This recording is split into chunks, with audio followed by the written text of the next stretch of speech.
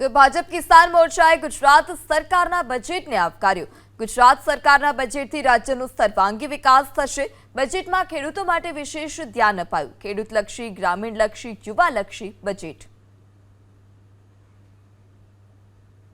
ખેતીનો સર્વાંગી વિકાસ થાય, ખેડૂતોનો સર્વાંગી વિકાસ થાય, ગ્રામીણ વિસ્તારનો સર્વાંગી વિકાસ થાય એ માટે અનેકવિધ નાણાકીય ફાળવણી પણ કરવામાં આવી છે।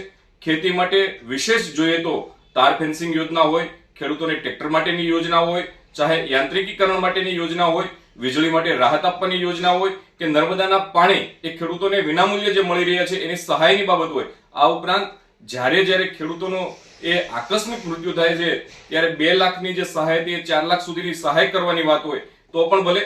આ ઉપરાંત જે ગ્રામીણ વિસ્તાર છે એને રોડ કનેક્ટિવિટીથી જોડવાની પણ વાત હોય તો પણ ભલે, પશુપાલન ક્ષેત્રની વાત હોય તો પણ ભલે, મત્સ્ય ઉદ્યોગ ક્ષેત્રની વાત હોય તો પણ ભલે, તમામ ક્ષેત્રને આવરી લઈને આજનું આ બજેટ એ ખેડૂતલક્ષી, ગ્રામીણલક્ષી, યુવાલક્ષી અને રોજગારલક્ષી છે।